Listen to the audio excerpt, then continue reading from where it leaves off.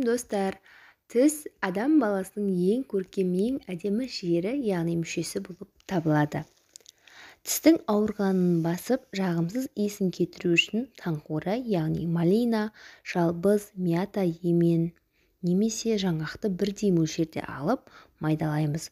Оны бөтелкеге салып, үстінен жылытылған сірке суын құямыз. Және де оны 3 күн тұндырамыз. Дайын болған тұндырмен тіс ауырған кезде шайсаңыз ауырғанын тез басады.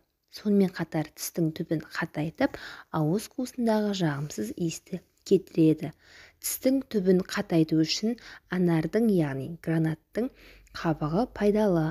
Босап, қанап тұрған тісті емдеу үшін бір ас қасық үгітілген анар қабығына қырмызы гүлін, яғни календула, шай шөпті 2 ас қасық май тамырымен араластырып, оған 2 литр су құйып 5 минут қайнатамыз. Содан кейін 3 сағат суытып қоямыз. Осы қайнатпамен әрі 2 сағат сайын 2 ай бойы тісті шайып тұру қажет. Сонымен қатар емен ағашының қабығы да тіс түбін қатайтуға көмектеседі екен.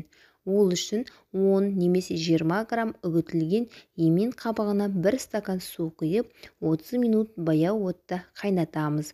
Дайын болған қайнатпаны суытып, үстіне 200 мг су құямыз.